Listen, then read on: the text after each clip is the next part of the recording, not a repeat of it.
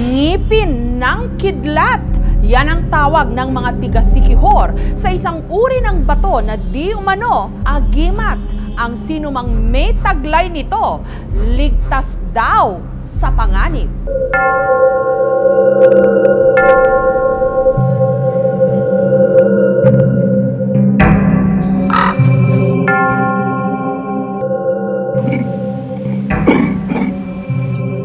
Halos isang buwan nang hindi makatulog si Mang Pedro dahil sa matinding ubo. Pero hindi raw ito simpleng ubo lang ayon sa albularyong si Mang Gavino. Dahil di umano, si Mang Pedro pinahihirapan daw ng maligno.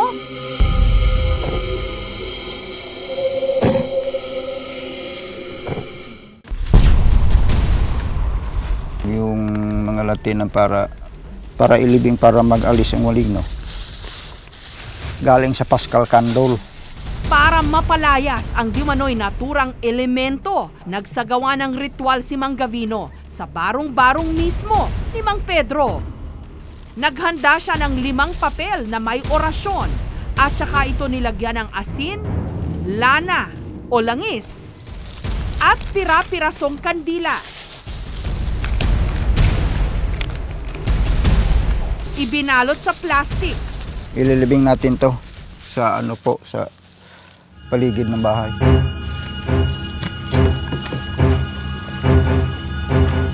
Tungod kay ang doktor, wala man siya kasabot sa akong gibate, mao nang adton lang ko sa mananambal. Medyo nagaan-gaan og gamay. Bason pog maluoy ng Ginoo og magpadayo dai. 3 ikot.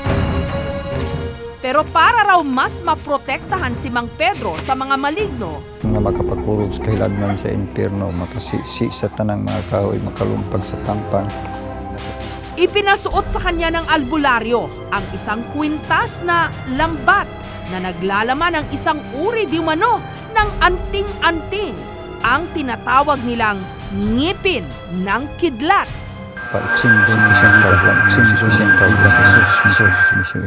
Ano nakita ko sa kanya sa pamamahay niya may maligno sa sa kabila ng bahay niya. Paiksim Domini Viva Jesus si Picental Gom Amen Diyos misyo it.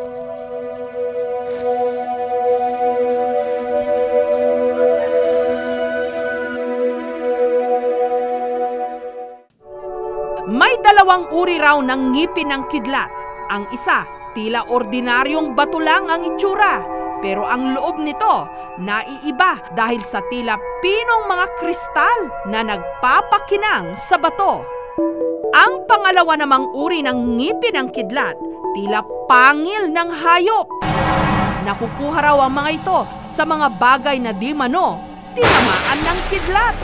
At ang sinumang magmeme-ari ng birtud daw na ito, may kakayahan di manong depensahan ang sarili laban sa panganib, kahit pa raw sa mga kampon ng kadiliman.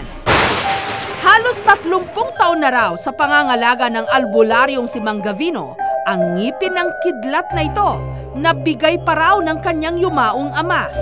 Nakalagay ang maliit na piraso ng ngipin ng kidlat sa 3 basyo ng bala na laging nakasabit sa kanyang bewang. Dili na ako ibaligya ng ngipin ang kidlat kay proteksyon man sa among pamilya. At nasubukan ng araw ni Mang Gavino ang taglay nitong kapangyarihan. Noong binata pa raw siya, may nakaalitan dahil sa panliligaw sa isang dalaga. Sa galit ng kanyang karibal, di umano, tinangka nitong barilin si Mang Gavino. Hoy, girlfriend ko yan! Pero sa hindi maipaliwanag na dahilan, nung kalabitin daw ng kanyang kaaway ang gatilyo ng baril, Ano nangyari? himalang hindi ito pumutok.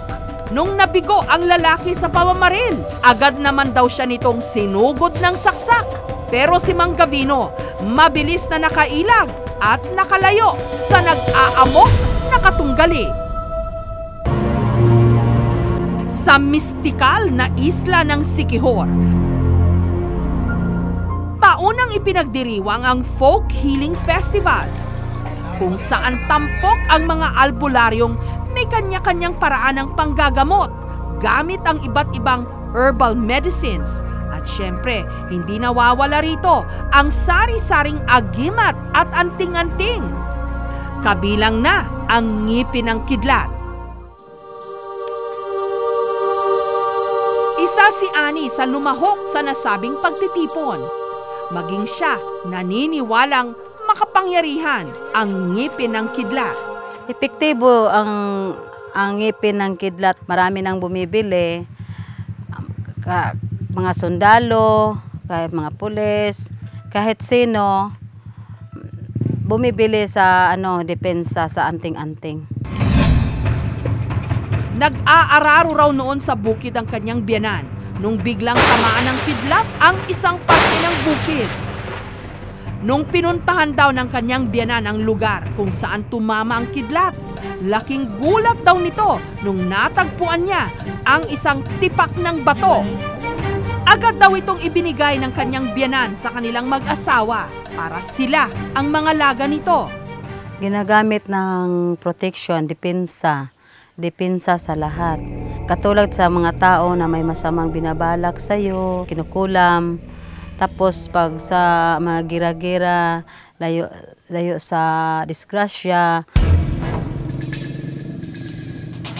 At para raw maibahagi sa iba ang proteksyon at depensa sa panganib na hatid ng ngipin ng kidlat, si Annie gumagawa at nagbebenta ng agimat na ito.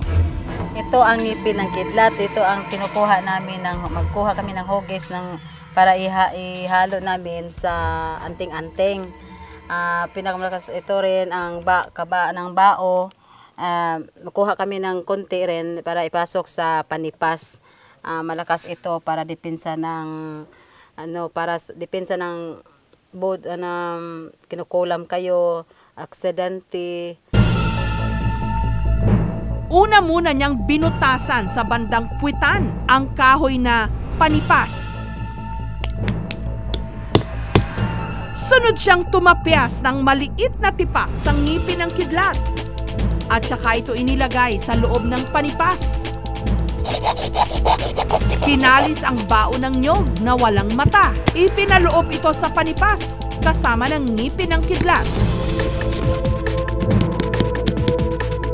Sunod na inukit ang kahoy na korteng maliit na krus. Ang kada piraso ng agimat dimanong ito na ibebenta 500 pesos kada piraso.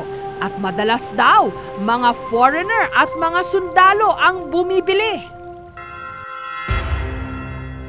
Pero ayon sa 69 anyos na si Mang Lito, di raw, naisaw. Isang tuga ang tawag sa taong may kakayanang makakita ng mga ngipin ng kidlat sa kabundukan.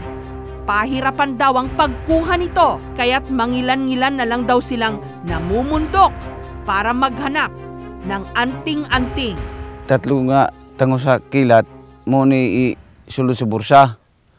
Dayon para nga i-depensa sa imong kuan ba? Mga dautan. Pero ang mga ngipin ng kidlat na nakukuha niya, hindi raw niya ibinibenta.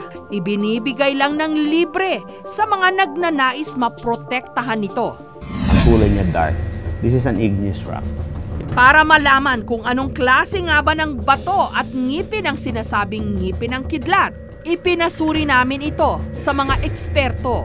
Hindi kasi una, pag tinamaan mo yung puno ng kidlat, pwede masunog yan kasi because of the electrical discharge, no? Pero kung sakali mang hindi pwedeng magkaroon ng bato, kung tatama siya for example sa isang tambak ng buhangin, pwede mag-crystallize yung buhangin into glass, no? Pwede yun, but highly unlikely. Ibig sabihin, bihira ka makakita ng lightning-induced volcanic, yung mga igneous rock na tawag na yan. Lalo na kung tumama sa puno, parang mahirap paniwalaan na mag-form ka ng ganong klaseng bato.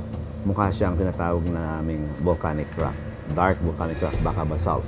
Siquijor is, I think, volcanic in origin. So, hindi surprising na magkaroon ka ng volcanic rocks. Yung isa mukhang ngipin, no? It looks like shark's tooth. So, parang walang argument doon. Paglilinaw naman ng Provincial Tourism Office ng Siquijor, hindi nila iniengganyo ang paggamit ng ngipin ng kidlat o anumang agimat.